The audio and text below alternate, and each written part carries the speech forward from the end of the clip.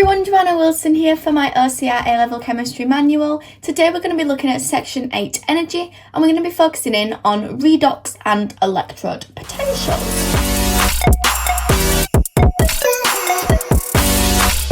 Just work, shoots are in.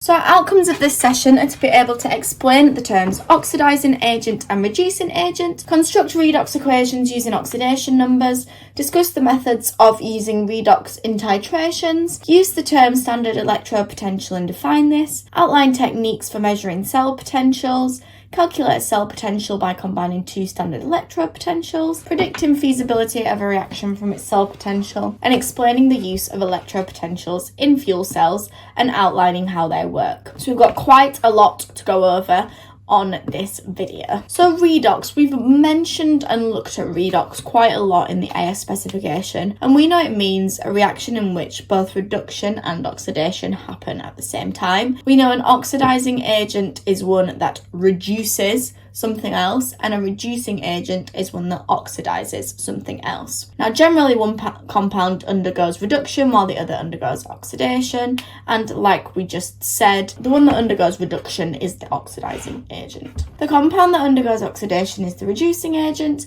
and an example is shown here of an overall reaction and splitting into two half cell reactions. So the half cell reactions are the things that we're concerned about in this session, and we're going to look at in more depth. And if we add these two reactions together, it simplifies to the overall reaction as the electrons on each side cancel one another out. So let's have an example and go at writing the half cell equations for the following reactions. Please pause the video here and have a go yourself. For the first one, we have these two half cell equations, and the second one we have these two half cell equations, but this is still not balanced, so I have a go at balancing that one too. Writing these half cell equations is something that you can be asked to do in your exam, so have as much practice on it as you possibly can. Redox titrations then. A redox titration is similar to a typical acid-base titration, but uses a reducing agent and an oxidizing agent instead of an acid and a base. So a redox indicator is used instead,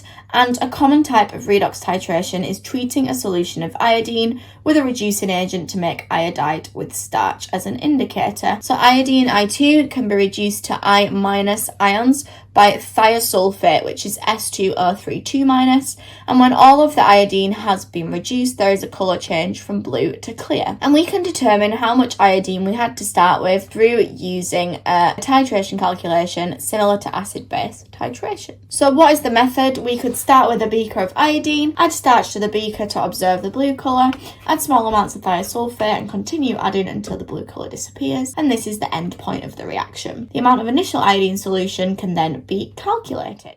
Thank you so much for watching this teaser video for the OCR A-Level Chemistry Manual. You can now click the link download to download the full manual. Please check it out now. Keep smashing it, and remember, anything is possible if you just work. Bye!